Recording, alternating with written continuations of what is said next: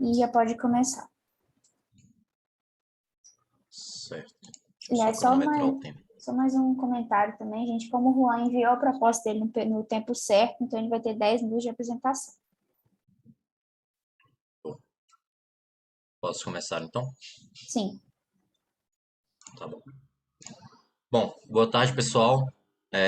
Sou o Juan, eu venho aqui apresentar minha proposta para a vice-presidência da UCJ, com o objetivo aí de permanecer até o final do ano na empresa. Eu vou contar um pouco mais também sobre esse processo de decisão, mas antes eu gostaria de fazer dois pedidos de desculpa.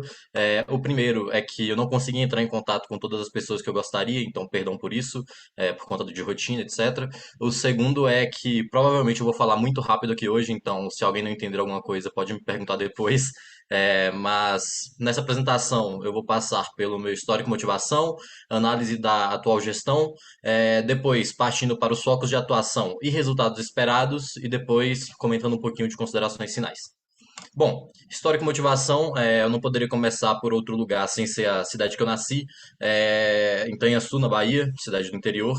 Eu cresci lá, aprendi muito com meus pais, que são empreendedores, saíram da zona rural e conseguiram me criar com muito conforto.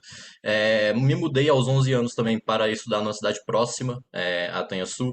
Então, lá eu cresci demais, desenvolvi muita responsabilidade cedo, tive que aprender a me cuidar, etc. Mas aqui no histórico eu vou focar um pouquinho mais na minha trajetória de UCJ. Então, em 2019.2 eu fiz o processo seletivo, não foi aprovado. Depois eu fiquei com muito foco de que eu ia tentar de novo e que eu ia conseguir. Então, em 2020.1, ali no comecinho da pandemia, eu fiz meu segundo processo seletivo da UCJ, fui aprovado, aprendi muito no trainee e ter reprovado no primeiro processo seletivo me fez começar a me esforçar mais para conseguir conquistar as coisas que eu quero. Como consultor, eu executei três projetos que me desenvolveram muito. Foram três projetos da solução de marketing, inclusive. E eu resolvi partir para um novo desafio. Então, em 2021.1, eu continuei como consultor ainda um tempo, mas passei para o cargo de GSC. Peguei os dois cargos aí simultaneamente por cerca de uns quase 2 meses, porque estava com muito pouco consultor na época. E no cargo eu aprendi muito assim sobre metrificação, indicadores, melhorei muito minha gestão de tempo, aprendi a me comunicar melhor e lidar melhor com clientes também. Foi uma experiência muito legal que me desenvolveu muito, talvez uma das mais desenvolvedoras até hoje na história, na minha trajetória da UCJ. Em 21.2, querendo me aprofundar um pouco mais na história da empresa e permanecer um pouco mais aqui, me desenvolvendo, eu peguei o cargo de vice-presidência, onde eu desenvolvi muita visão sistêmica da UCJ. Eu expandi também muito assim os horizontes do MEG, ocupando o cargo de conselheiro multiplicador, e a realidade da UCJ é muito diferente do restante do MEG, então entender isso me abriu os olhos assim para o que a gente poderia fazer de diferente e o que a gente poderia alcançar em 2022. E atualmente como presidente, eu busco aí a eleição para continuar no final do ano, para que eu possa ficar, para ajudar o CJ a atingir seus objetivos que estabelecemos esse ano. E também isso foi muito graças à experiência que eu tive num evento MEG presencial, que mudou muito assim minha cabeça em relação ao MEG. Comecei a valorizar muito mais outras coisas e pretendo também trazer um pouco mais disso para dentro da UCJ. Agora, partindo para a análise da atual gestão, trazendo primeiro a análise da visão. O indicador que a mensura é o referência de mercado, que nada mais é que o faturamento executado para pessoas jurídicas com NPS promotor. O resultado dele no primeiro ano foi de R$ 130 mil, o que foi bem abaixo da meta, sendo que a meta era de 240 mil, se não salvo engano. O resultado aí reflete o desempenho do resto da estratégia em seu primeiro ano. Cerca de 30% das metas estabelecidas para o ano passado foram atingidas. E esse resultado mostra muito aí que a gente teve problemas com coletas de NPS e também muitos NPS neutros, com ressalvas aí principalmente na implementação, mas também ressalva muito um problema que a gente vem tendo desde o ano passado, mas que se agravou ainda mais no começo desse ano, que é relacionado a vendas. Nosso faturamento ano passado foi mais alto que o de 2020, porém menor que o de 2019, mas no segundo semestre do ano passado a gente viu que nosso número de chegadas, etc, etc, estava caindo muito, e no começo desse ano piorou ainda mais, então vai ser um foco de atuação que eu vou trazer mais para frente. Agora falando um pouquinho dos focos estratégicos em si. temos vivência de mercado, implementação, o FMG e inovação. Aqui eu trago uma tabela onde eu analisei o desempenho de cada um desses focos estratégicos. Eu vi que os números dele estão um pouco diferentes de outras tabelas em outras propostas de candidatura, mas é porque eu levei em consideração aqui a temporalidade de cada indicador. Então, se o indicador era semestral, eu não considerei o do primeiro e terceiro trimestre, e a gente vê que os focos estratégicos que obtiveram menor resultado por meio desta análise foram de implementação e vivência de mercado. Porém, essa análise aqui leva em consideração resultado dividido pela meta. Então, é o percentual aí da meta atingida, e aí, por isso que traz um número um pouco distante daquele de 30% das metas foram atingidas lá no primeiro PPT que eu trouxe, porque tiveram indicadores que bateram, tipo assim, 400% da meta e com isso elevaram muito o número aqui. Mas é importante que a gente tenha atenção nesses dois focos estratégicos, assim como inovação, que por mais que a gente tenha atingido 101%, ele não foi executado da forma que a gente planejou na época do planejamento, da elaboração do planejamento estratégico, então eu vou trazer planos de ação para isso também. Falando um pouquinho de vivência de mercado, como a gente sempre fala, é uma fraqueza estratégica da UCJ, então, por isso, a gente tem que ter muito mais atenção, assim. A retenção de membros também apresentou uma queda constante aí desde 2021.1, o que mostra aí que a gente está tendo muita dificuldade de fazer com que os membros permaneçam na empresa. As causas relacionadas a isso também aparecem muito no indicador estratégico de NPS, e o resgate da cultura organizacional pode ser uma saída aí para que a gente consiga aumentar esses resultados e a sensação de pertencimento por parte dos membros.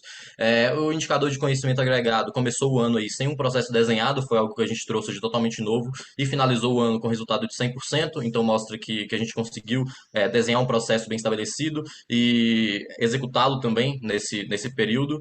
E o de projetos mentorados. Só um instante, deixa eu ligar assim. O de projetos mentorados oscilou um pouco aí ao longo dos trimestres, mas ainda assim ficou com um desempenho um pouco melhor que o de retenção de membros, bem melhor, na verdade. Então a gente tem que ter muita atenção com isso daqui. Falando um pouquinho de implementação. É uma dor histórica na UCJ e é fundamental aí para que haja a transformação da realidade dos nossos clientes. O indicador de orientados à meta, pelo que percebemos, ainda apresenta problemas de contabilização, então ele deveria contabilizar os projetos entregues que seguiram todas as premissas desde elaborar os indicadores na imersão e seguir todas as premissas de base histórica, de elaboração de meta, etc, etc, alinhamento com o cliente, mas ele só está considerando se são ou não metrificados na imersão, então tem uma falha aí, a gente tem que corrigir isso o quanto antes. O indicador de cases apresentados, barra enviados, apresentaram problemas no ano passado, suas metas foram criadas sem base histórica, então isso foi um problema, porém essas metas se mostraram atingíveis. A iniciativa da presidência, iniciativa estratégica da presidência de 2021.2 vai ajudar muito no atingimento do resultado desse indicador esse ano. No foco de UFMG, a gente vê que o indicador de inclusão apresentou uma queda aí também em 2021, que acompanhou o resultado do indicador de retenção de membros, então a gente tem que ter muita atenção com isso. O de NPS teve um resultado decrescente também ao longo do ano, mas subiu no quarto trimestre, mas provavelmente foi devido aos novos membros que entraram com mais entusiasmo e etc. Assim, em relação ao CJ. O NPS de alunos e professores também apresentou melhora, mas o número de respostas foi muito menor, então isso mostra que a gente não pode confiar 100% nesse resultado, e sim, garantir que a gente consiga um número de coletas bem maior esse ano, o que vai ser possível devido à volta do presencial, e já deixando claro que eu não foquei em planos de ação para o foco de UFMG, pois em geral foi o que desempenhou melhor e a gente precisa priorizar muito atualmente dentre nossos problemas. Então, é isso. No de inovação, identificar tendências de mercado, né? Ele não rodou como deveria, a gente não trabalhou ativamente com foco em mercado, novas soluções não foram vendidas com esforço ativo para desenvolvê-las, e mesmo assim o indicador bateu o de novas soluções, então isso mostra um problema de meta, e o indicador de inovação não trouxe pontos práticos e por isso foi reformulado. Problemas identificados e priorizados: vendas, cultura, estratégia e inovação. Então agora eu vou trazer um pouquinho dos focos de atuação e resultados esperados. Vendas, eu trouxe dividi em duas partes, curtíssimo prazo e médio e longo prazo, mudança no foco dos ads e posts. Então fiz uma análise e vi que os projetos mais vendidos no primeiro e segundo trimestre são os de processos e marketing, então a gente deve focar mais anúncios nisso agora, então tornar esses anúncios mais estratégicos e também a terceirização de etapas dos projetos, assim como trouxeram ontem também proposta, não vou gastar muito tempo aqui, pois está curto. Vendas, agora falando um pouquinho do médio e longo prazo, transição maior, isso não vai resolver no caso desse ano, mas pensando em gestão futura, vai facilitar muito e desenvolver também uma cultura mais forte dentro do time. Melhora também de SEO do blog, Calls to Action vai ajudar muito, já está sendo desenvolvido pela Colina. Trazendo um pouquinho da estratégia, a priorização aí dos focos estratégicos por trimestre, então trazer aí um alinhamento entre time É mesmo do objetivo finalizado, que a gente quer Juan. alcançar. Ah, Licença. joia. Tranquilo. Então, se puder parar de compartilhar a tela, fazendo um favor. Agora. Beleza. E aí, agora eu vou compartilhar a minha tela com as perguntas da Sabatina. Então, você já sabe, são 30 segundos para ler a pergunta e depois mais 2 minutos de resposta. Já estão conseguindo ver minha tela? Não, tá carregando. Ah, agora sim. Seu? Beleza. Então, primeiro a gente vai passar pelas perguntas do Conselho Administrativo e depois para as perguntas da diretoria. Joia. Perguntas do Conselho Administrativo. Primeira pergunta do Conselho.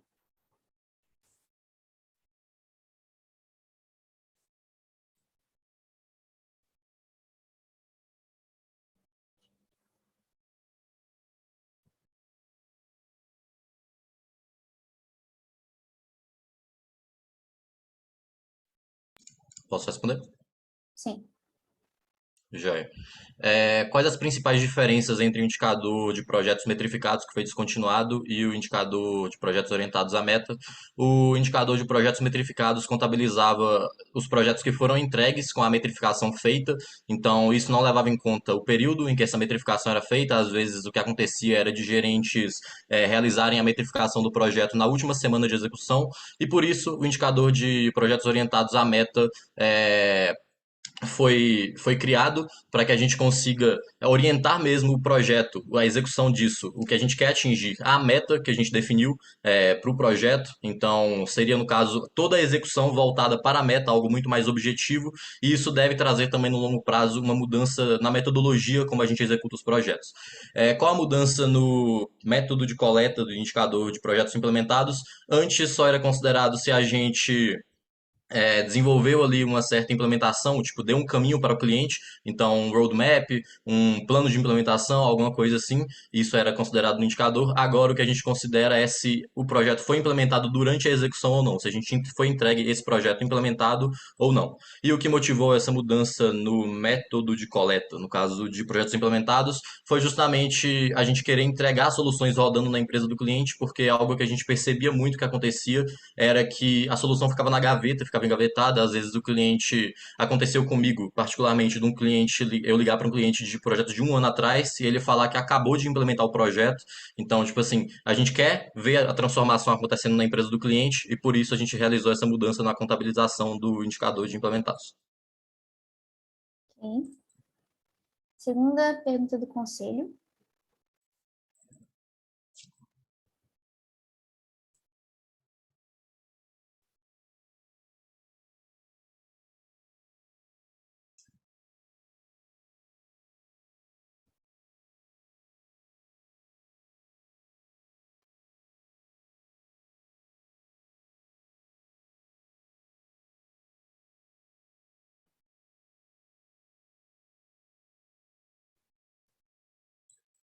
Responda.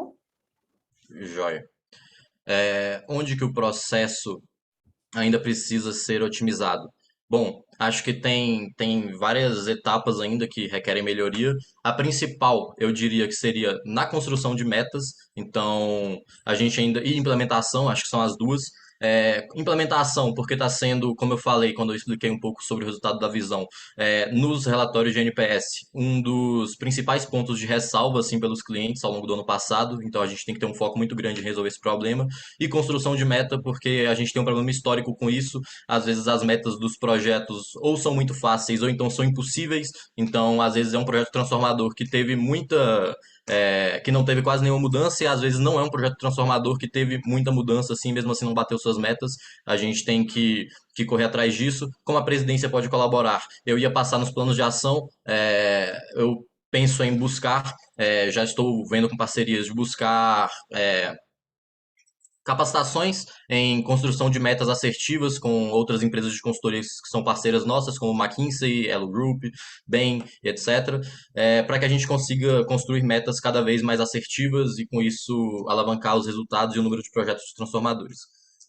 O resultado do indicador de cases apresentados e por que não bateu suas metas. O resultado foi de um case apresentado, assim como um case enviado. Então, lembrando que esse resultado é só de cases envolvendo o resultado de projeto que a gente executou. Então, por mais que a gente tenha enviado mais cases, de projetos foi só um. Não bateu a meta porque a gente não tinha conhecimento e não tinha muito projeto transformador também. A gente não tinha conhecimento de para onde mandar esses cases. A gente realizou uma iniciativa no final do ano, onde a gente mapeou todos os cases do MED do Brasil, assim, onde a gente pode mandar, onde não pode, quais são os critérios avaliados, etc. E as principais ações da presidência nesse semestre, com certeza, vai ser garantir que agora que a gente tem esses cases mapeados, a gente tenha Tempo uma busca finalizado, ativa assim, Juan. do evento. Tempo Joia. finalizado.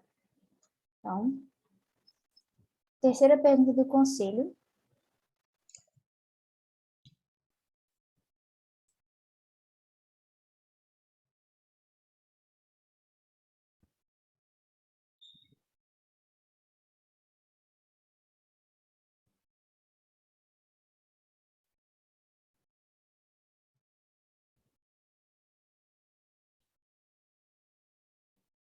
Posso responder?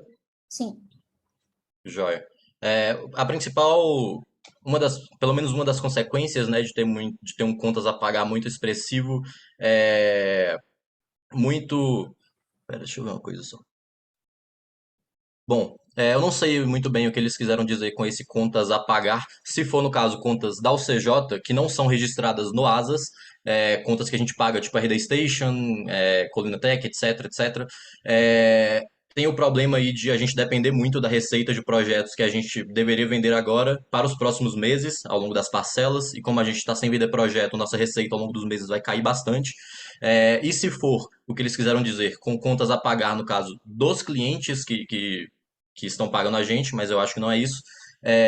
Aí tem o problema de a gente gerar uma inadimplência muito alta e com isso gera um desbalanço ali na hora que a gente vai analisar, tipo assim, a receita que a gente está recebendo ao longo dos meses, como aconteceu no final do ano passado, a gente teve um problema ali com pagamentos por conta de alguns probleminhas no ASAS, no financeiro no geral, e por isso nossa curva de recebimento em caixa aumentou muito no mês de fevereiro agora, porque eu tive que replanejar pagamentos de pelo menos uns 6 projetos que a gente deveria estar recebendo desde fevereiro, desde novembro do ano passado.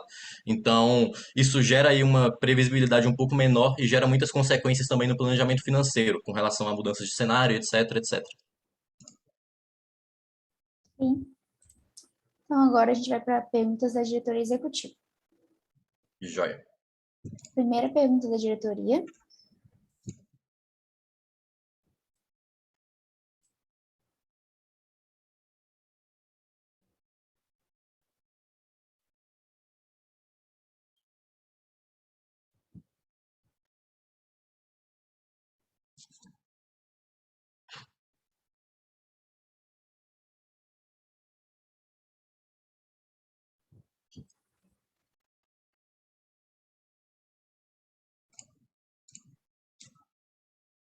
Responda.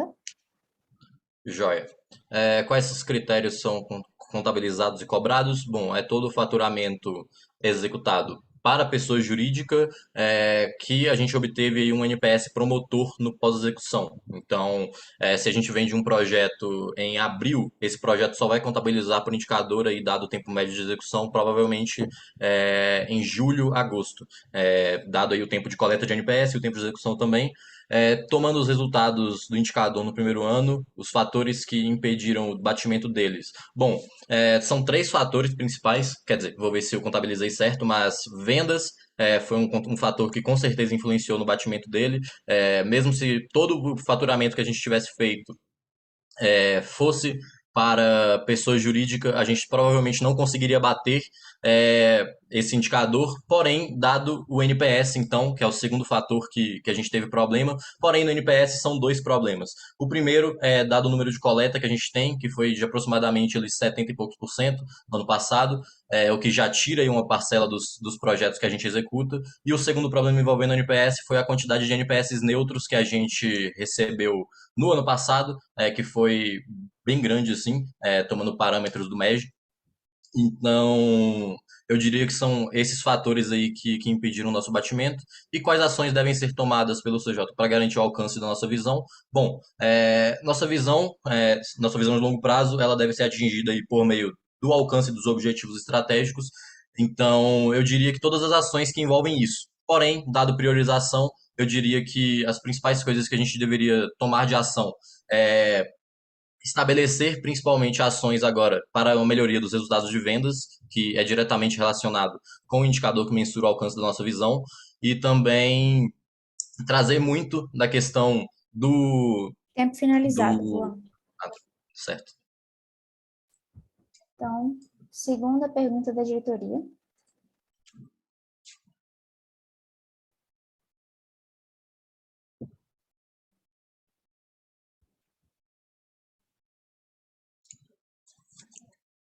Posso responder?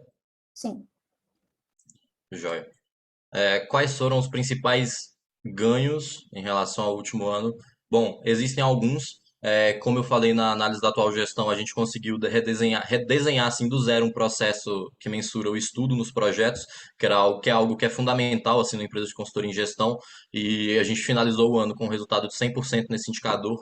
Então, isso mostra que a gente conseguiu se adaptar para isso. Teve o resultado também no indicador de orientados à meta, que por mais que foi contabilizado errado, a gente observou ganhos expressivos em relação a isso. Transformadores, no último semestre, a gente conseguiu um recorde assim que não acontecia, que eu acho que nunca aconteceu na história da UCJ, três projetos transformadores num semestre só. E o que a gente ainda não alcançou e como a gente deve moldar. Ah, e eventos também, com certeza foi um dos principais ganhos no último ano. A gente pegou bastante know-how até de como executar eventos, como divulgá-los também, etc. A gente só precisa voltar um pouco mais esse foco dos eventos agora também para mercado. O que a gente não alcançou e como a gente deve moldar nossos esforços, a gente está com muita dificuldade ainda em implementação, retenção de membros, barra inclusão dos grupos diversos e também inovação. Como a gente deve moldar nossos esforços para alcançar esses resultados nos próximos anos? Bom, eu trouxe um plano de ação envolvendo a priorização de focos estratégicos por parte da diretoria, porque uma coisa que aconteceu muito no passado era a gente não focava muito em uma coisa só e por isso a gente não conseguiu desempenhar muito bem o alcance de algum objetivo estratégico. Então eu penso em focar em um objetivo estratégico, alavancar mais o resultado em um deles, ainda mantendo os outros, não vão ser ignorados, e depois de elevar o esforço um pouquinho em um, estabilizar os resultados deste e aí sim partir para um próximo, e isso trimestralmente no caso. Ok. E agora a terceira pergunta da diretoria.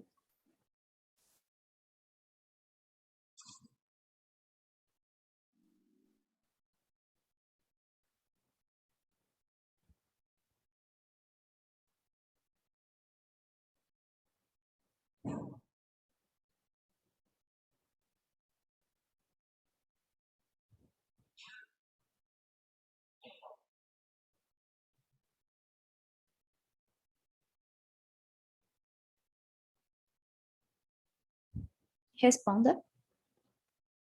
Joia. Como houve o desdobramento dos objetivos estratégicos para os diferentes cargos? Bom, isso não aconteceu até hoje, foi algo que era muito discutido até ao longo de todo o ano passado, como que isso poderia ser feito. Se hoje nosso planejamento estratégico pode ser considerado um plano estratégico, tático, operacional. Bom, eu diria que ele está entre o estratégico e o operacional. Tem algumas coisas que são operacionais nele, outras já são de objetivos de longo prazo mesmo. Isso mudou um pouco em relação aos últimos planejamentos estratégicos, que eu via eles um pouco mais como táticos, assim. Não tinha muita coisa de longo prazo nos objetivos. Todos os membros participam ativamente da execução da estratégia. Bom, eles participam, embora por conta do não desdobramento não consigam ver sua participação direta nele. Claro, não em toda a estratégia, mas com certeza participam. Como participam? Principalmente ali nos focos estratégicos. Bom, acho que o principal foco estratégico assim que os membros não têm tanta participação, todos os membros eu diria que é um FMG. Que aí é uma participação um pouco mais passiva, não é tão direta. É, Agora, espera, se não justifique, assim como. Tá, participam bastante ali nos focos estratégicos de implementação, vivência de mercado, inovação. Antes não tanto, agora acho que vai ficar um pouco mais claro isso, principalmente no indicador de inovação reformulado, embora no de novas soluções também fique um pouco indireto.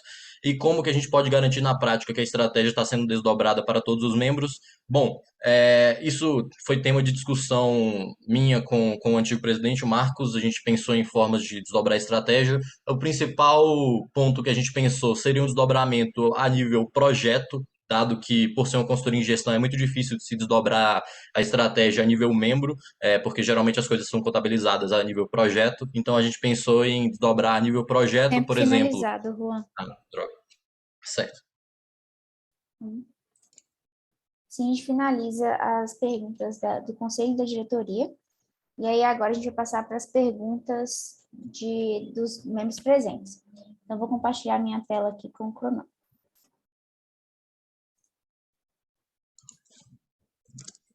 Vocês já estão conseguindo ver? Tô sim, Gi. Beleza.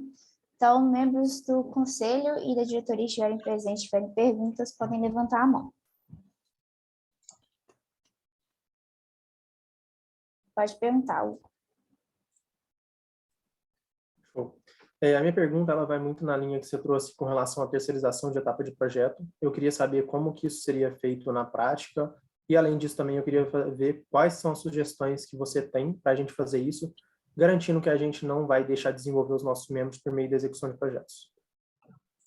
Joia. Bom, essas etapas seriam justamente as etapas um pouco mais manuais, assim, menos desenvolvedoras, como, por exemplo, coleta de dados em pesquisa de mercado, então análise de concorrentes, de clientes. A gente pode já atuar muito mais direcionando uma empresa júnior terceirizada, como, por exemplo, o que está acontecendo na negociação do Multiplicação, que é o projeto que talvez venha aí em conjunto com a Ápice. Então, seria justamente a gente utilizar deles, dando um direcionamento do que a gente busca, do que a gente quer em alguma etapa, participar talvez até dando treinamento para eles de como fazer isso, e aí deixar eles cuidar dessa parte e a gente atuar mais na parte estratégica do projeto, um pouco mais direcionado a resultados mesmo. Então, para garantir que a gente não vá, deixa eu só retomar aqui um pouco da sua pergunta, garantir que a gente vá conseguir desenvolver nossos membros por meio disso, né? Então seria muito tirando essas etapas um pouco mais manuais, menos desenvolvedoras e deixando mais as etapas mais desenvolvedoras, mais estratégicas do projeto, assim, mais direcionadoras, digamos. Então acho que seria um pouco por meio disso e uma forma que a gente pode conseguir atuar nisso é justamente montando um pouco ali. Talvez não seria bem um hub de EJs, mas ter um pouco de EJs, um número de EJs um pouco mais próximas, como vem acontecendo com a Ápice e também por meio de uma iniciativa do núcleo central chamado Deumatch, que eles criaram os grupos entre as EJs lá para poder compartilhar projetos. Eu acho que Tempo seria principalmente por meio. finalizado. Então, eu vou fazer minha pergunta agora. Primeiro, Juan, parabéns pela proposta, pela candidatura também. Eu queria saber um pouco mais sobre como que você pretende atuar também para essa retenção de membros, uma vez que a gente está com um indicador novo também de tempo de permanência corrente. Como que você quer que a gente traga mais esse pertencimento para dentro da empresa, para que os membros também fiquem por mais tempo passando essa gestão de conhecimento? Joia. Primeiramente, obrigado, Gi. Tá. Agora, com esse novo indicador de tempo de permanência corrente, a gente vai conseguir fazer uma análise um pouco mais aprofundada do, do tempo que os membros estão permanecendo na empresa e dos ciclos que estão acontecendo por meio disso. Vamos poder comparar os resultados dos dois e conseguir uma análise mais aprofundada em cima disso. Como que eu pretendo trazer um pouco mais essa sensação de pertencimento? Bom, eu acho que a volta para o presencial já vai ser de grande ajuda nesse sentido. O contato remoto em todos os âmbitos, desde empresas juniores até empresas de mercado, porém mais em empresas juniores, porque aqui não tem a contrapartida do financeiro.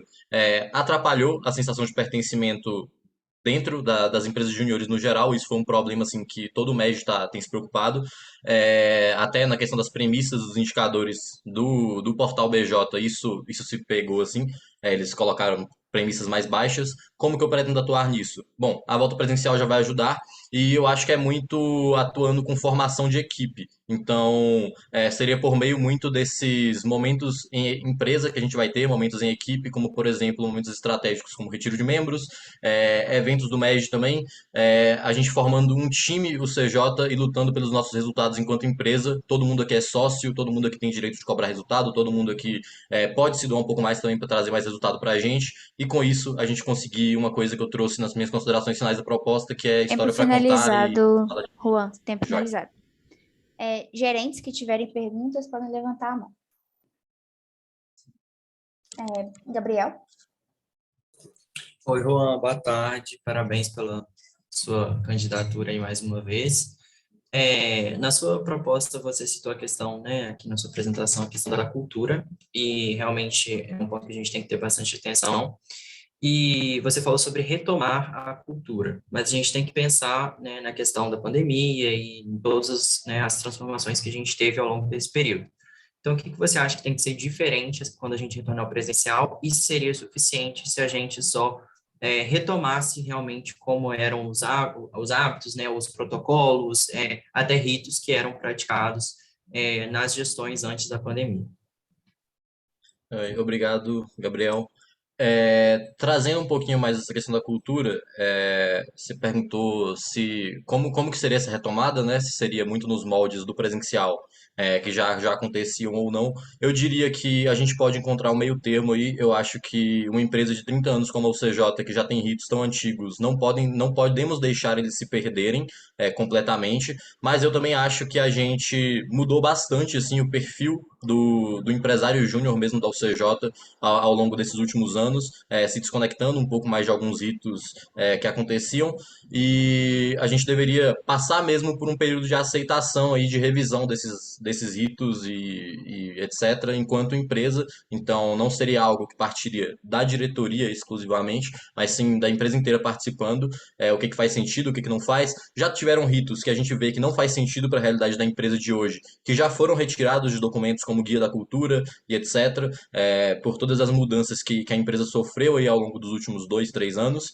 É, o que eu acho que dá para a gente fazer também é trazer justamente essa parte da volta presencial agora como um período de adaptação dessas coisas. Então, desde políticas de dress code, políticas internas ali de comportamentos no CD.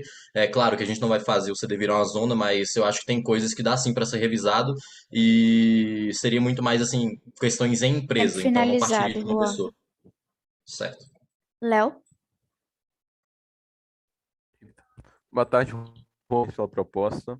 Eu queria que você continuasse falando um pouco mais sobre aquela parte do desdobramento da estratégia, por exemplo. Eu acho que um dos problemas do CJ é esse desdobramento da estratégia, e eu queria entender um pouco mais sua proposta, o que você tinha falado naquela resposta, e como que isso funcionaria no presencial. Joia, Léo. Bom, esse desdobramento que eu estava comentando lá na resposta da pergunta da diretoria ou do conselho, não tenho certeza, seria muito por meio do nível projeto. Então, é muito difícil a gente desdobrar, por exemplo, um indicador, sei lá, com coletas, notas de NPS a nível consultor, porque às vezes um consultor está trabalhando em projeto X ou Y. Desdobrar para o nível tático é um pouco mais tranquilo, a nível gerente, porque geralmente nunca vai ter, né, dois gerentes cuidando do mesmo projeto. Desdobrando a nível consultor, isso pode ficar um pouco mais complicado, por isso seria um desdobramento um pouco mais a nível tático ou então a nível projeto, para que a gente consiga, então seria, por exemplo, a gente precisa, nossa previsão de projetos para esse ano são 40 projetos, vamos supor. A gente precisa ter uma nota de NPS promotor 80, 85, 90. Então, eu não vou fazer conta aqui para não gastar o tempo, até porque está curto, mas vamos supor que a gente precise atingir 35 projetos promotores para fazer isso acontecer. Então, seria um desdobramento aí através desse percentual dado as metas para o gerente. Então, se o gerente vai pegar, sei lá, 10 projetos durante a gestão dele, ele tem que conseguir 9 projetos promotores dentro daquilo. E aí seria um pouco mais nesse nível, assim. Agora, a gente pode conversar um pouco melhor, depois eu te explico um pouco mais detalhado. Ana? Boa tarde, Juan. Parabéns pela proposta. Primeiro, desculpa pela câmera desligada, a internet está com uns probleminhas. Mas eu queria, assim, primeiro que você analisasse, né, como você já é nosso atual presidente, você analisasse um pouquinho da sua gestão, aquilo que você conseguiu fazer na sua proposta, dado a sua proposta, né, anterior que você fez para sua primeira eleição, e aquilo que você não conseguiu tá fazendo. O que você acha que realmente foi um problema que aconteceu? O que não vale a pena mais ser executado e aquilo que ainda falta fazer? E o que você pretende Joiana, trazer para essa obrigado. gestão? Joiana, obrigado pelos parabéns. Tá, analisando um pouquinho da minha gestão, assim, barra proposta, bom, eu não segui tudo e o que estava em minha proposta dentro da minha gestão, dado mudanças de contexto, etc.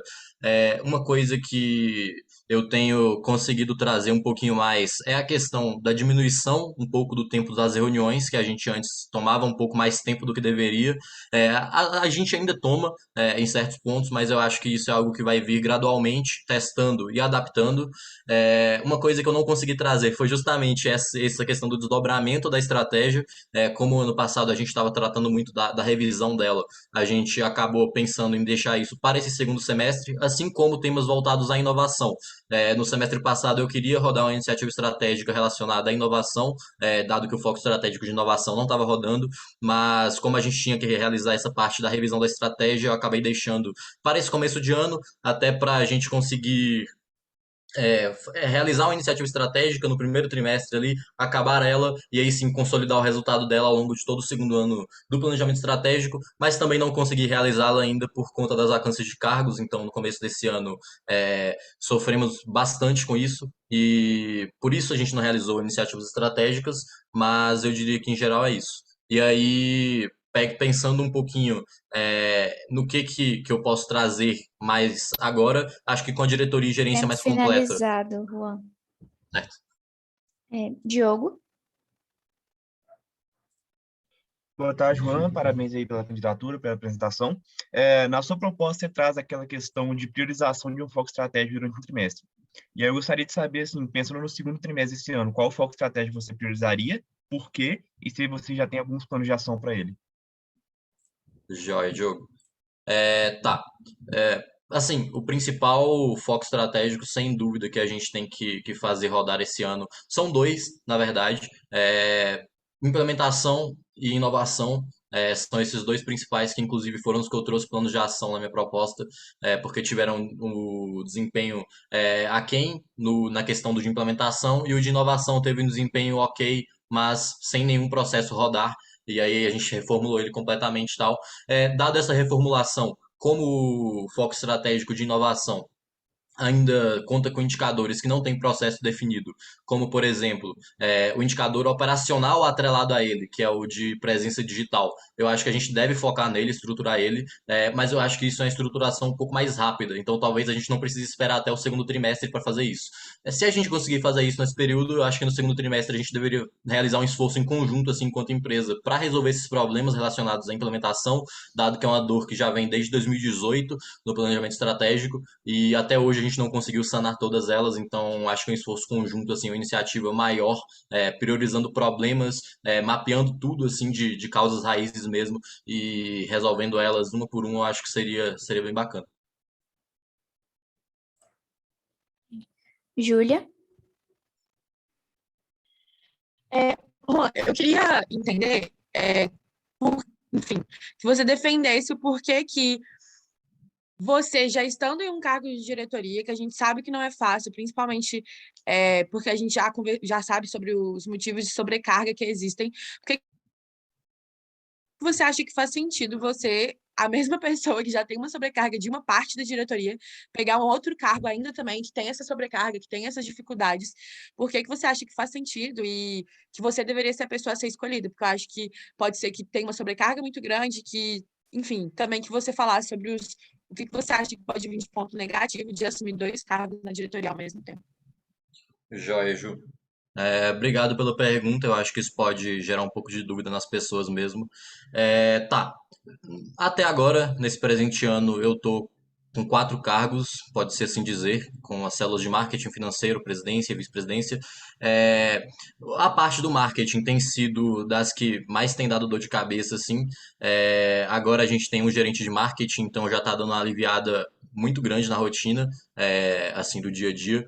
Com relação à eleição para a vice-presidência, bom, os cargos de presidente e vice-presidente têm um escopo igual, basicamente. Questão de atuação é muito em conjunto. Então, ano passado, por exemplo, o semestre passado, eu e o Marcos, a gente tinha em média aí umas 10, 12, 15 horas de reunião por semana.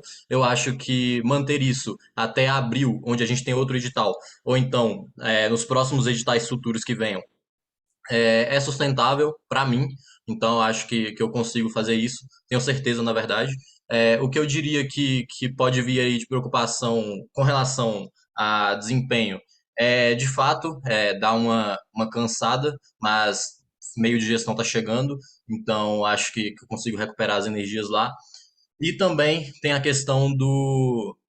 Esqueci o nome agora. Do financeiro. Vai ser um pouco mais tranquilo porque a gente tem terceirizadas para todos os papéis. Então, cargos muito parecidos, isso é até uma coisa que eu pretendo mudar um pouco mais para frente, deixando o financeiro com a Tempo vice-presidência e trazendo um finalizado, foco de Juan. inovação na presidência. Tempo Certo. finalizado. Paulo? Bom, primeiramente, parabéns pela candidatura, pela proposta, Juan. É, uma coisa que eu vejo como um grande drive de valor nessa nossa volta, ou seja, ao presencial, na verdade, é justamente fazer uma manutenção na visão que a face tem da UCJ. E eu não consegui ver nenhum plano de ação, você não citou isso na sua proposta, ao menos pelo que eu vi. E aí eu gostaria de entender um pouco como que você enxerga isso, né, de como que a gente pode fazer essa manutenção, e aí possíveis planos de ação, alguma coisa nesse sentido. Joia. Bom, a face no presencial enxergava a UCJ como ela era mesmo, muito elitista, preconceituosa muitas das vezes, isso muito no passado. O que eu diria que a gente pode fazer, bom, eu não trouxe planos de ação voltados para a face especificamente, porque por questões de priorização, acho que a gente tem problemas mais urgentes no momento.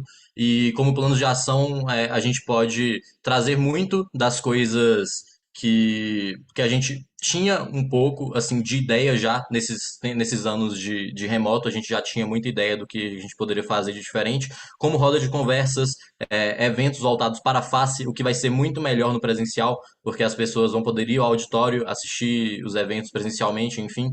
Os auditórios, inclusive, já estão funcionando. Conversei com o pessoal da diretoria essa semana, então vai voltar a funcionar. Era a única coisa que na face que não estava funcionando. A gente vai poder utilizar deles para isso. E também trazer coisas descontraídas. Então, realizar um pouco mais de contato com a Atlética e com o DA. Eu acho que podem ser boas saídas também, dado que eles conseguem ter mais alcance do que a gente em relação a calouros e pessoas recém-chegadas assim à face.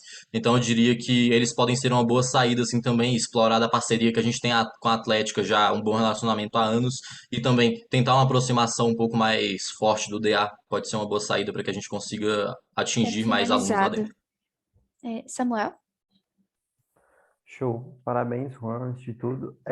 A minha pergunta diz respeito ao programa Trainee. Na sua proposta, você chegou a mencionar que junto com o RH existiria uma reformulação desse programa. Eu gostaria de saber o que você pensa hoje que teria que ser reformulado e se seria algo pautado nessa inovação.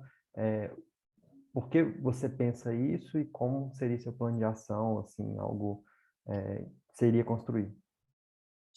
Joia. Obrigado, Samu.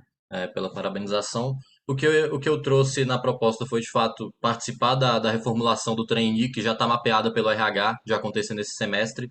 Então, o objetivo ali da minha colaboração, assim, eu acho que seria muito trazer um pouco mais dos valores na avaliação do processo trainee, que eu acho que hoje a gente não leva eles tanto em consideração, mas a gente pode trazer muito mais coisa para o trainee. O trainee permanece praticamente da mesma forma há muito tempo, não consigo nem contar o número de anos, mas assim, o modelo é o mesmo já há muito tempo. A gente conversou com sempre o CJ de 2013, esses dias ele disse que o processo trainee ainda é case toda semana, não sei o quê. Eu falei, então, permanece no mesmo modelo já há muito tempo. Eu acho que existem problemas em relação a esse modelo, mas também existem muitos pontos positivos, que gera ali a simulação de pressão, etc. Eu acho que isso é muito importante, assim, para uma rotina em empresa de consultoria, que às vezes você vai estar um pouco mais folgado, às vezes você vai estar um pouco mais apertado. É importante, conseguir lidar nessas diferentes situações. Uma coisa que a gente poderia trazer é justamente essa questão da inovação, dentro do programa trainee, dado que são pessoas que estão vindo totalmente cruas. Eu acho que é muito mais fácil da gente estimular um pouco mais a inovação lá dentro, tirar um pouco mais desse medo de errar desde o trainee, dado que a gente tem esse problema assim dentro da empresa, desde consultores a gerentes a diretores, a gente ainda tem um pouco disso, então é um foco que a gente tem que ter também. Ok. Então, consultores que tiverem perguntas podem levantar a mão. Davi? Boa tarde, Juan. Primeiramente, parabenizar aí pela candidatura e pela proposta. Minha questão seria mais abordar um pouquinho do que já foi falado pelo Hugo, da questão de terceirizar algumas etapas dos projetos. Na verdade, são duas perguntas, então, se não tiver tempo para você responder essas duas, não tem problema, na próxima rodada eu retomo. A primeira seria, mais uma dúvida minha, se existe realmente esse interesse de outras EJs prestarem esse serviço de mais manual, porque uma vez que EJ sempre tem o objetivo de desenvolver cada vez mais os membros. E a segunda seria mais pela parte da saúde financeira da empresa, uma vez que essa terceirização diminuiria as horas do projeto, consequentemente, os projetos iriam ficar mais baratos, e também exigiria um investimento maior por parte da empresa, porque justamente a gente estaria contratando alguns serviços para praticarem para o projeto. Então, mais ou menos são essas duas perguntas. Joia, Davi. Você pode só retomar a primeira, que era com Do relação ao interesse desenvolvimento das do interesse. EJs. Joia. O interesse de outras EJs realizar isso. Bom, como eu mencionei lá na parte do meu histórico e motivação, a realidade do MEG é muito diferente da realidade da UCJ, então a gente é muito privilegiado por estar aqui, com um faturamento muito alto, etc, etc, podendo terceirizar muito serviço. Isso não é a realidade do MEG. Muitas empresas estão zeradas até hoje, tipo assim, não venderam nenhum projeto, e eu tenho certeza que pegando empresas de consultoria em gestão menores, assim, eles vão ter interesse e vão ter interesse no desenvolvimento que a gente pode dar a eles também, por meio de treinamentos, etc., para que eles possam realizar essas etapas. Outras empresas um pouco maiores, como por exemplo a APSI, que a gente está terceirizando. Bom, eles falaram para a gente que por enquanto eles estão com esse interesse sim, se mais para frente eles ficarem lotados lá com projetos, etc., eles não vão dar prioridade para isso, mas enquanto eles têm poder operacional, assim, esqueci a palavra, capacidade produtiva, eles vão continuar realizando isso com a gente, assim como tem muitas outras EJs de consultoria em gestão dentro da FEGENG, acho que a gente pode terceirizar, ou então podem ser etapas relacionadas a planilhação, organização de dados, etc, etc, que a gente pode terceirizar algumas coisas mais manuais. Com relação à rentabilidade, a gente vai perder um pouco de rentabilidade sim, porém a gente tem a vantagem de nossa hora ser muito mais alta que a do médio em geral. Então, se a gente Tempo passa isso ao finalizado, cliente, Juan. nossa hora, certo. Depois você retoma. Adriano? Boa tarde, Juan. Parabéns pela apresentação, proposta, candidatura. Bom, eu vou tratar aqui principalmente com relação à formação de lideranças, né? Bom, a gente sabe que essa desestruturação do time comercial acabou trazendo essa questão do problema que a gente está tendo atualmente de vendas e está estimulando o nosso IC aí no futuro. Então, você trouxe planos de ação muito bacanas aí, que já estão, inclusive, sendo implementados, né, tendo em vista que você está ocupando aí também a vacância do marketing. Então, tendo isso em vista, no que tange a formação de lideranças, que é a causa raiz dessa questão, eu senti falta desses planos de ação na sua proposta. E aí eu queria ver o que você traz para isso, né? Essa questão de estar estimulando novas lideranças, tendo em vista que, por exemplo, a sua própria reeleição já é você mesmo um membro já engajado na liderança, buscando aí fazer esse cargo novamente, e não é realmente essa estimulação de novas lideranças em si. Como que você vai tratar isso aí na sua gestão? Joia. Uma coisa que eu estava observando durante o final de semana, inclusive, Adriano, primeiramente, obrigado pelos parabéns e pela pergunta. Uma coisa que eu estava observando nesse final de semana, olhando o documento da clusterização do MEG, é que uma dor que QJs de cluster 4 geralmente tem, e que eu acho que a gente tem também, é não saber estimular a liderança em todos os cargos da empresa. Então, não dar estímulos de liderança em todos os níveis organizacionais, eu acho que isso é um problema que a gente tem que atuar. Não tem uma solução pronta para esse ponto de fato, de conseguir dar estímulos a todos os cargos. Uma coisa que eu sei que historicamente fazia a UCJ formar muita liderança era justamente o fato de não querer sair da empresa. Então, tipo assim, querer continuar, querer se sentir pertencente à empresa, e foi nisso que eu tentei focar em minha proposta, em meus planos de ação, tentar trazer um pouco mais essa sensação de pertencimento para os membros da UCJ, então fazer as pessoas quererem estar aqui e quererem continuar aqui, ocupando novos cargos, desenvolvendo novas habilidades, que é uma coisa que eu prezo muito, assim, particularmente.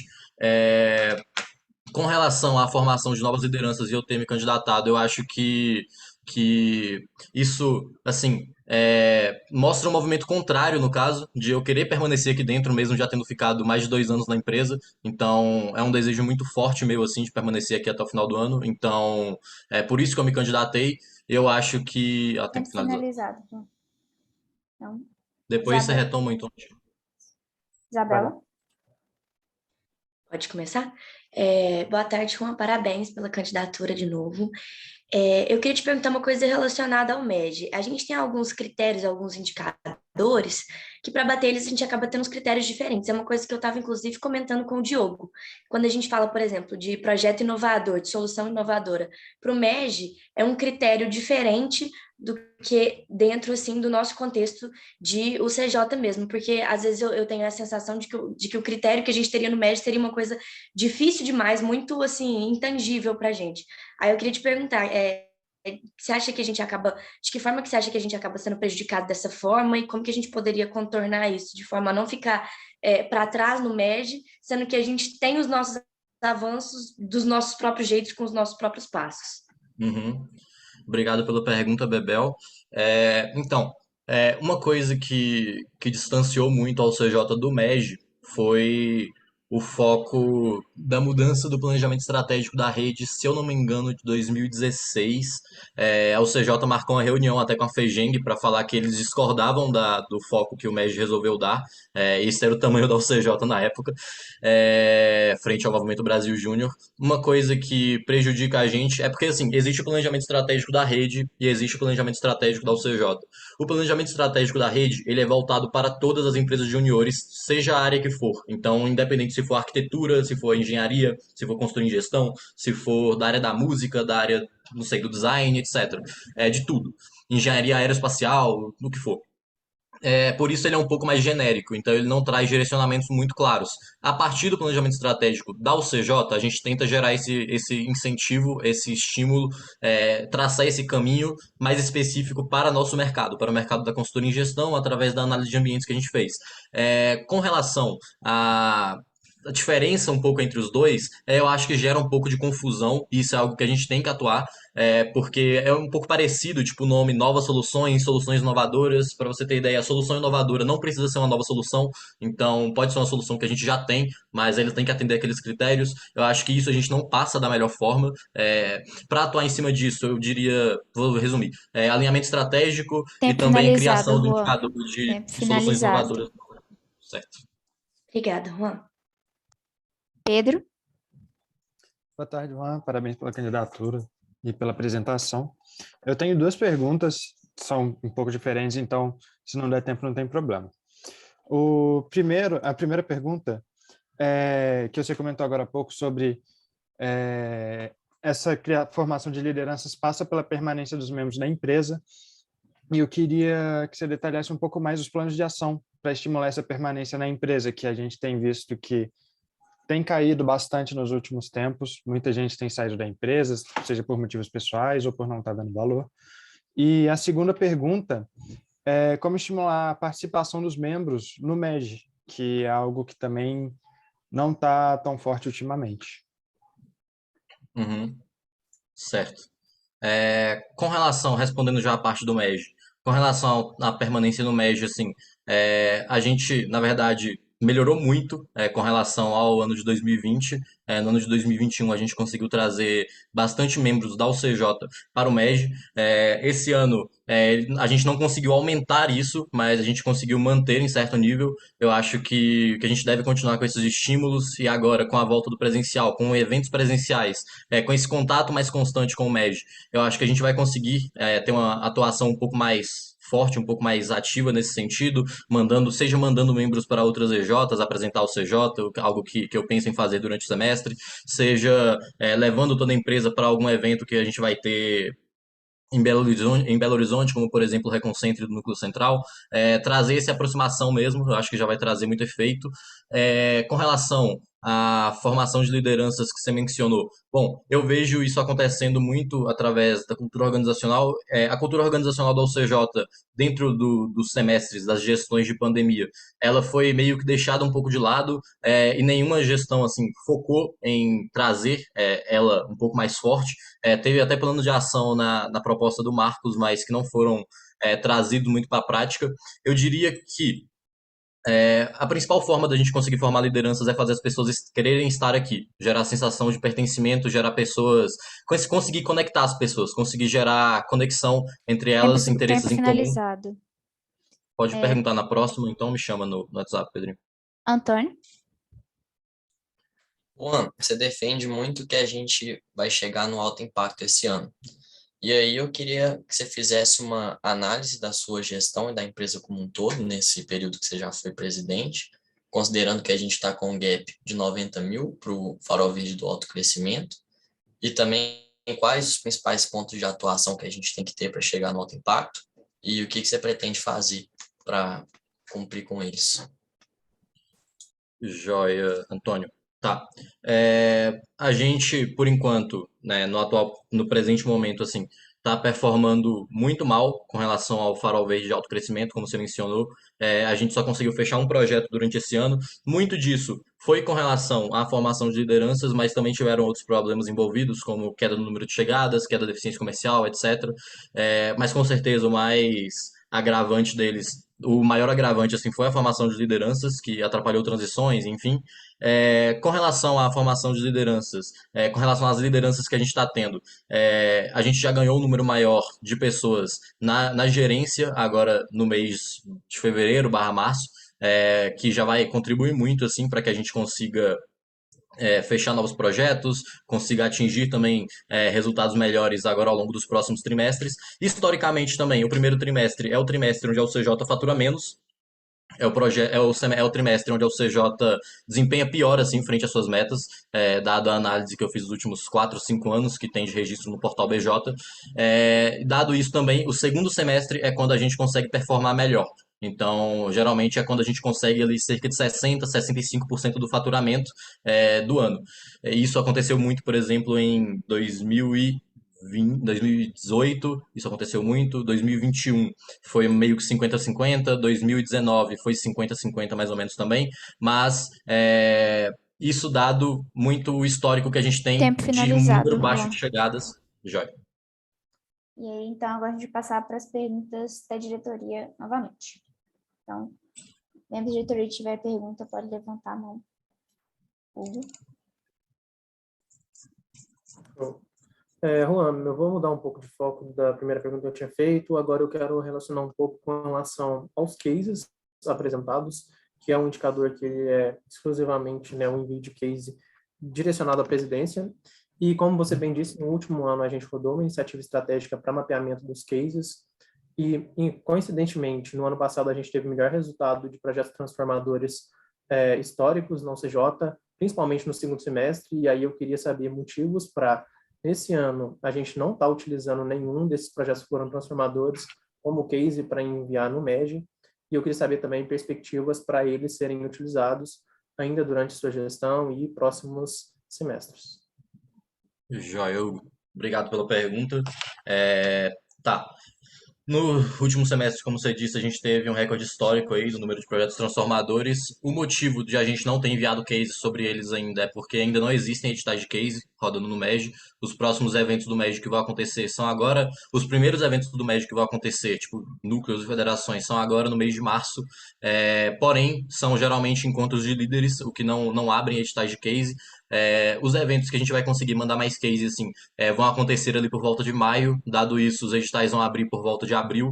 Então, a BJ ainda está mapeando todos os cases que vão acontecer no MEG e a gente vai tentar conseguir a mesma planilha que a gente conseguiu durante a iniciativa, que já tinha muito case, já tinha muito evento mapeado, e com esses eventos mapeados, com as datas definidas e tudo mais, a gente consegue entrar em contato diretamente com as pessoas responsáveis por cada evento e solicitar o edital, ou então solicitar só informar ali mesmo como é que tá a questão dos cases nos eventos que não existem editais e são por seleção, e aí sim a gente consegue atuar tanto nos eventos que são por edital, quanto nos eventos também que são por seleção. Porque se a gente se mostra ali disponível a conseguir ter um projeto ali com muito resultado, com muito impacto, as pessoas ficam interessadas por isso e vão querer que a gente apresente esse case lá para eles. Assim como aconteceu, por exemplo, em Manaus, que eles ficaram super felizes, só que lá no caso foi edital, mas isso acontece muito também por seleção. Foi uma análise que a gente trouxe no relatório final da iniciativa estratégica e que a gente tem que utilizar muito desse ano também, porque o número de editais Tempo cada vez mais finalizado, Juan. já. Então, eu vou fazer minha pergunta agora. Eu queria que você fizesse uma avaliação também sobre o que você entende da absorção do cargo de ADM Fim para a presidência. Você acha que tem funcionado? Como que tem sido esse processo de adaptação também, uma vez que, independente de todos os cargos ocupados, a presidência ainda vai estar atuando em cima do ADM Fim? Jorge. Tá. Com relação à absorção do ADM Fim à presidência, a gente está testando esse semestre e mesmo com todas as vacâncias que a gente teve em outras diretorias, tem funcionado. Os problemas que a gente teve esse ano em relação ao ADM Fim, seja por meio do pagamento de cliente, das parcelas dos clientes que não estavam chegando para eles, ou alguns outros problemas que a gente teve também frente ao CLJ, não são problemas dessa gestão, tipo assim, são coisas que vieram de um mau planejamento das últimas gestões do financeiro. Então, esse ano a gente teve que replanejar aí o pagamento de uns 5, 6 projetos ao longo do mês de janeiro, porque os clientes deveriam estar recebendo as cobranças desde novembro, mas não receberam por conta disso. E dado o histórico que veio de lá para cá, tem funcionado muito bem. Com relação ao CLJ, a gente tá um pouco preocupado com relação a um documento em específico, que é o livro diário da UCJ, que a gente precisa de todas as notas fiscais. Eu estou aguardando a resposta do pessoal aí, porque estou com dificuldade de conseguir acessar essas notas, dado que é o Gabriel Eleutério que tem esse ponto. Outro ponto que eu diria com relação à absorção do financeiro para a presidência é que é totalmente sustentável, pensando em próximas gestões, até mesmo nessa, porque a gente tem 3 terceirizadas para cuidar das coisas do financeiro. Então, na verdade, agora 2, que a gente juntou o BPO financeiro com a contabilidade, deixou na mesma empresa, e a gente tem 2 terceirizadas, uma tomando conta da parte contábil e pagamentos e outra tomando conta da parte jurídica. Sim, certo? Obrigada. Então, agora, os gerentes que tiverem perguntas podem levantar a mão.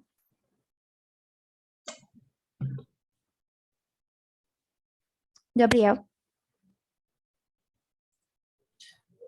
Oi, Juan. A minha pergunta agora vai no sentido da geração de valor, né? É uma coisa que a gente vai enfrentar, na verdade já vem enfrentando, né? A questão de algumas saídas por conta desse retorno presencial, a necessidade da pessoa conseguir se sustentar em Belo Horizonte, enfim, coisas nesse sentido. E eu queria ver o que você tem, assim, de plano de ação mesmo para conseguir frear um pouco essa nossa saída, assim, em massa, né, de membros e até mesmo de pessoas que são, né, potenciais para a nossa empresa e acaba tendo um pouquinho de relação também com formação de liderança. Então, queria que você falasse um pouco sobre como que a gente vai, né, fazer com que essas pessoas realmente entendam enfim, valorizem estarem na empresa, né, nesse momento. Uhum.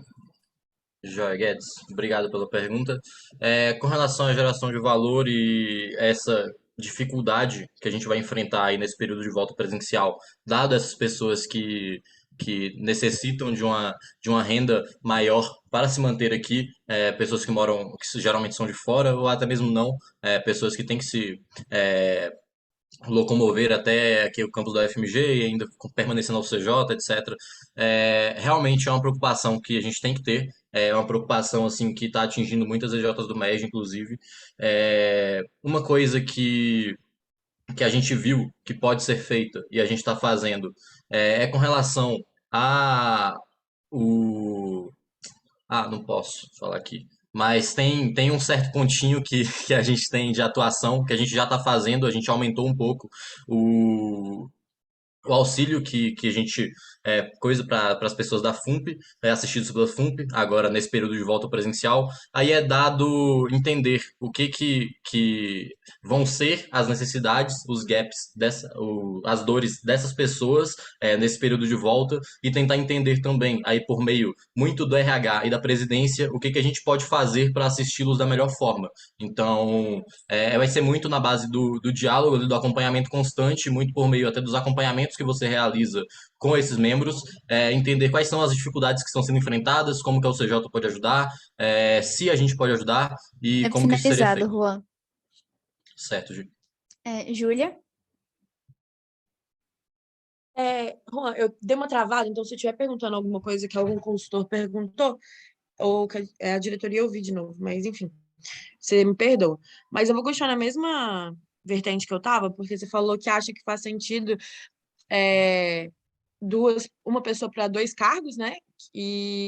Só que a gente também está enfrentando uma mudança de realidade, né? Uma mudança de realidade do online para o presencial, que vão ter demandas diferentes, demandas mais específicas e que vão acarretar uma mudança do que se espera dos 2 cargos, não só da presidência como da vice-presidência. E eu quero saber como que você espera lidar com isso se você assumir os 2 cargos. Joia, Júlio. Obrigado pela pergunta. Como eu falei, as funções dos 2 cargos são muito parecidas. De fato, vai ter um problema de logística aí na volta ao presencial, mas as atividades que cercam a parte da presidência e a vice-presidência no presencial já faziam muita coisa junto, então reunião com parceiro, reunião com o pessoal da face, reunião com professores. O presidente e o vice-presidente geralmente já iam juntos. Eu conversei com o pessoal que era da presidência no presencial, como a Mayan, o Otávio, vi que, tipo assim, vai ser corrido, vai ser muito corrido, vai ser muito desgastante, mas que dá para ser feito. Com relação às demandas mais específicas, nos casos em que eu consiga lidar com isso, eu vou executar normalmente. Nos casos em que eu não consiga, eu consigo passar também para outras pessoas que podem me auxiliar nesse período, mas ressaltando mais uma vez que provavelmente não vai ser um período muito longo. Então, em abril a gente já tem edital novamente para a presidência, pensando aí no meio do ano. Então, essa vaga já poderia ser preenchida daqui a pouco tempo, tipo assim, daqui a menos de 2 meses. Ana? Boa tarde, Juan. A minha pergunta vai muito na linha da Júlia também, mas em outro sentido. Porque eu fico pensando, né, que a gente destituiu, né, no caso, o cargo de diretoria de administrativo financeiro, enfim, acabamos de fato com essa célula. E o fato de você estar, né, de fato, assumindo esses compromissos que eram do ADM, enfim, e possivelmente, né, tá assumindo essas novas funções de novo, né, como vice-presidente, eu queria saber se você não acha que isso é uma perda, né, de possibilidade de desenvolvimento de outros membros da empresa, visto que a gente tem um problema até de formação de liderança e a tentativa, né, no caso de pegar cargos de liderança são válidas para todos os membros. Então, você não acha que você ocupando 1, 2 cargos, né, no caso é o que está acontecendo aí, você estaria tirando a oportunidade do desenvolvimento dos membros e da realização, de fato, da missão da empresa? Joia. Obrigado pela pergunta, Ana. Bom, com relação ao financeiro, eu não acho que a gente está tirando oportunidades dos membros se desenvolverem. Eu acho que o desenvolvimento que os membros conseguem por meio do cargo do financeiro, visto comparado com as dores que eles sentem também, devido ao número de atividades operacionais e muito pouco desenvolvedoras, tem que ser levado muito a sério aqui. Isso já foi uma coisa que pessoas que passaram pelo financeiro já relataram, tipo assim, de não estarem mais se desenvolvendo nada do cargo com poucos meses de gestão. Então, isso é uma coisa que a gente estava mapeando e por isso que a gente identificou que terceirizar esses serviços, essa parte mais operacional e deixar uma parte mais estratégica, assim, faria sentido. Para a operação da empresa e está funcionando super bem, talvez até melhor, porque a gente está contratando uma empresa que é especialista para fazer esses serviços, tipo assim, eles só fazem isso, é a especialidade deles. E com relação a parte estratégica, não faria sentido manter um cargo de diretoria financeira, por exemplo, pela parte estratégica, porque não é atividade suficiente para manter um cargo na UCJ. Então, a gente optou aí pela incorporação do financeiro à presidência, assim como já é realidade em muitas outras UJs do Brasil, as top 10 UJs do Brasil, inclusive, não tem financeiro, é tudo terceirizado. E com relação a pegar outro cargo, eu acho que não. Eu acho Tempo que finalizado, não. Juan. Depois você pergunta de novo, Ana. Diogo? Então, minha pergunta é numa coisa que a gente já veio falando em sabatinas anteriores. Eu acho que é um ponto de atenção no CJ, que muitas vezes as diretorias têm muitas tarefas operacionais que impedem de elas realmente focarem em pontos estratégicos, análise de indicadores, definição de plano de ação. Acho que também a CJ tem um problema muito grave de dados, que a gente não sabe como utilizar os dados, como a gente já veio falando ontem. E aí eu gostaria de saber como que você acha que a gente poderia atuar para diminuir as tarefas operacionais das diretorias e, assim, se der tempo, como a gente poderia atuar para deixar o CJ mais inteligente nessa questão de dados, a gente estar utilizando mais nossos dados para embasar nossas decisões. Boa, Diogo. Tá, eu acho que isso vai vir muito do alinhamento entre diretorias. Uma coisa que eu tinha até conversado, eu não sei se foi com você ou com o Hugo, mas de trazer, por exemplo, um período trimestral assim mesmo, sei lá, das análises de NPS, das análises das coletas de pós-execução, etc. Eu acho que seria muito interessante ter isso já definido assim numa periodicidade, para que a gente perca menos tempo coletando esses dados e perca mais tempo analisando esses dados, é preciso que esses dados estejam, de certa forma, automatizados em um dashboard, e por isso a gente precisa do BI, do Power BI em todas as células. A gente vem trabalhando, inclusive, na construção de um BI do acompanhamento da estratégia, que vai sair do forno em breve. Eu diria que, assim, dado... Pera, você pode voltar ao ponto da sua pergunta? Acho que eu me perdi um pouco. Acho que vai ser mais fácil. Tá. Primeiro era como reduzir tarefas operacionais das diretorias, depois como usar mais dados. Boa. Tarefas operacionais da diretoria. Eu acho que tem muito processo que a gente faz há muito tempo, porque é assim, e a gente vem reduzindo isso aos poucos. Eu acho que a gente tem que ter um foco maior em observar isso e identificar como que a gente pode reduzir certas coisas. Tem coisas que a gente consegue automatizar, tem coisas que a gente consegue delegar, tem coisas que a gente consegue simplesmente não fazer, assim como ocorreram com alguns processos da presidência ao longo do semestre passado. Então, é entender esse limiar e o outro ponto eu não vou conseguir Tempo responder, aí você volta finalizado. para a pergunta, perdão. Samuel? Show. Juan, eu tenho duas perguntas. A primeira diz respeito se, assim, você acha que existe alguma possibilidade do cargo de diretor administrativo financeiro voltar com o presencial por N demandas. E outra é, assim, uma vez que você vai estar ocupando esses dois cargos, vamos dizer assim, um cargo duplo de vice-presidente e presidente, por mais que você falou que seja um período, assim, relativamente pequeno, cerca de 3 meses aí, a gente tem a iniciativa de cases, que mapeou os cases, a gente tem cases transformadores e tal. E um dos principais empecilhos que eu julgo, a gente não debatiu desse indicador o ano passado, foi uma questão de sobrecarga, correria, pode ser que não, quero ouvir de você também, mas, inclusive, estou voltando até um ponto no que o Hugo trouxe, mas, assim, o que você atribui esse indicador não ter sido batido e você acha que realmente isso vai funcionar? Você não vai se sentir sobrecarregado e... Finalize. Joia. Obrigado pela pergunta, Samu. Bom, Com a questão do financeiro, já sendo direto, há possibilidade sim, tipo assim, a gente está testando, não foi algo que foi confirmado ainda por uma mudança de estatuto. Quando for para valer, a gente vai levar isso em estatuto, a empresa inteira vai ter que aprovar, etc. Se não, não vai passar também.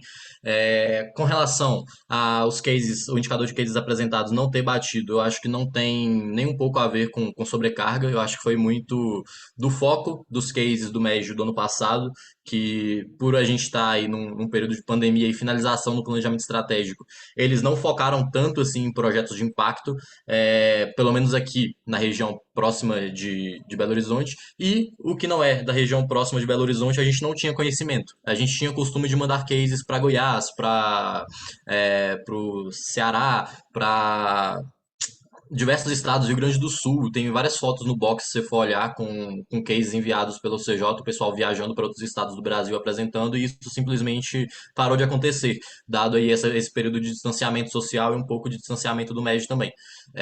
No ano passado, a gente conseguiu... Oi. Perdão, a gente já começou a mandar esse ano, então? Por exemplo, mês passado. Esse ano não, nem o edital foi aberto ainda. É porque os eventos... Mês passado não teve? Não teve nenhum evento MED com a abertura de case. Beleza.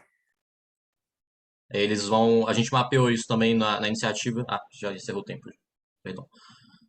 Ainda tinha mais uns 8 segundos. Então deixa eu só terminar.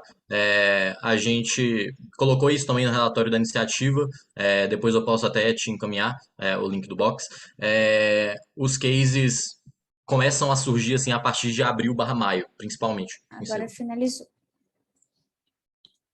Consultores que tiverem perguntas podem levantar a mão. Pedro? Eu vou fazer uma pergunta, depois eu volto naquela que você conseguiu terminar. Eu vou tentar tampar aqui.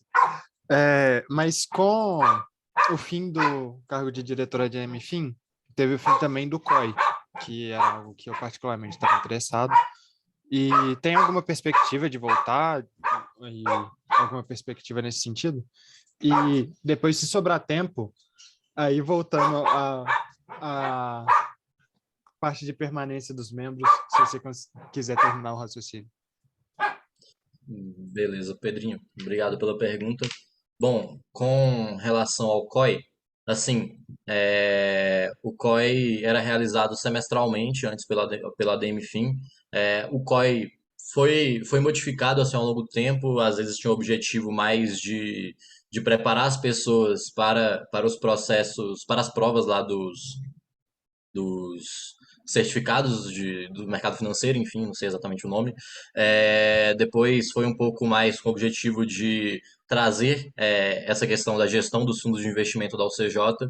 E, assim, não consigo dar garantias de que o COI vai continuar, por não ser o objetivo fim da UCJ. Então, a gente está aí tentando otimizar ao máximo as operações para que a gente consiga focar mesmo no nosso...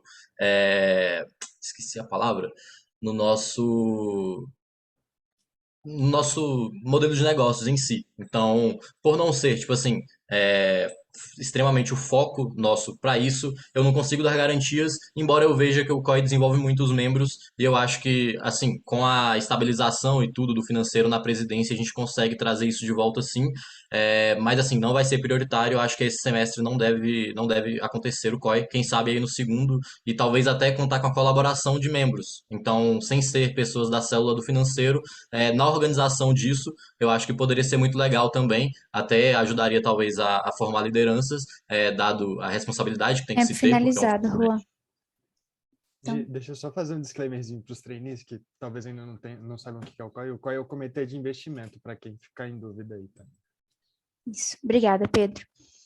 Davi? Juan, a minha questão é mais retomando a última pergunta que eu tinha feito a respeito da rentabilidade dos projetos por terceirização das etapas. Pera, Davizinho, me perdi. Você quer que eu continue falando sobre isso? Isso, porque vai ter um valor maior dos projetos e vai custar menos. Cara, o que acontece, na verdade, é que... vou explicar o que aconteceu no caso, até no próprio projeto que está em negociação aí, que a gente vai terceirizar a análise de mercado. A hora da UCJ, a hora meta hoje é 18,50. A hora da ápice, atualmente, deve ser em torno aí, eu não lembro exatamente quanto, mas acho que uns 10, 8, 9, por aí, aproximadamente isso.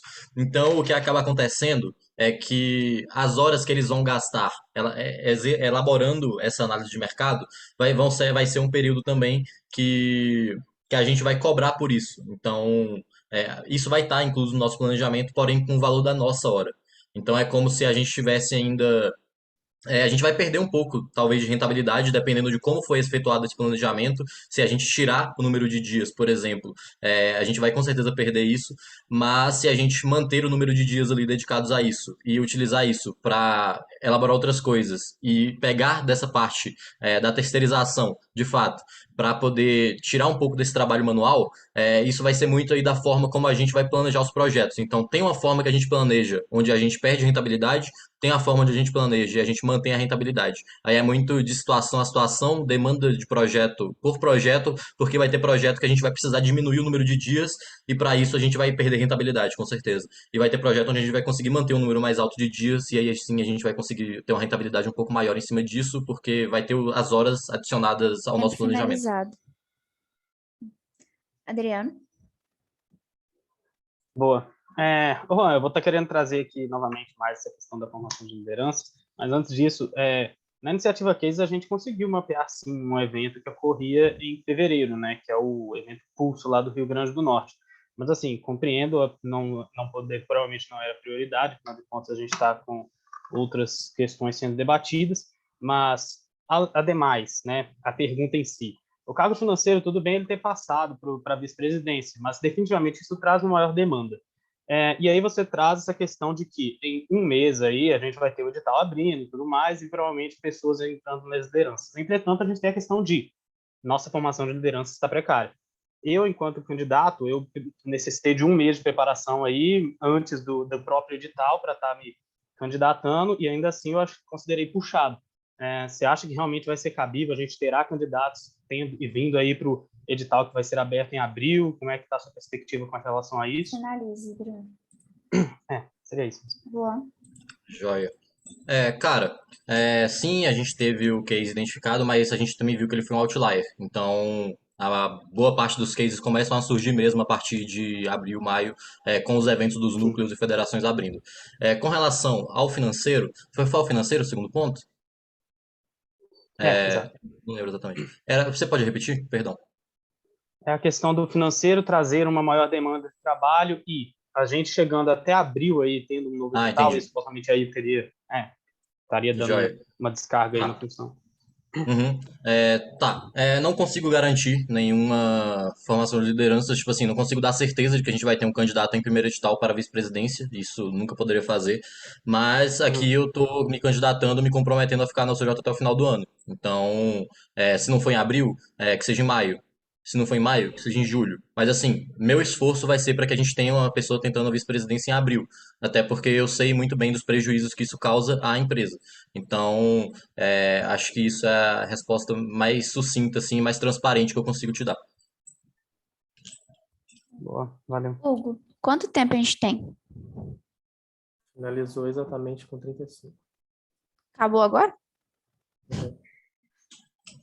Então, beleza, vou parar de compartilhar minha tela aqui e vou parar a gravação também.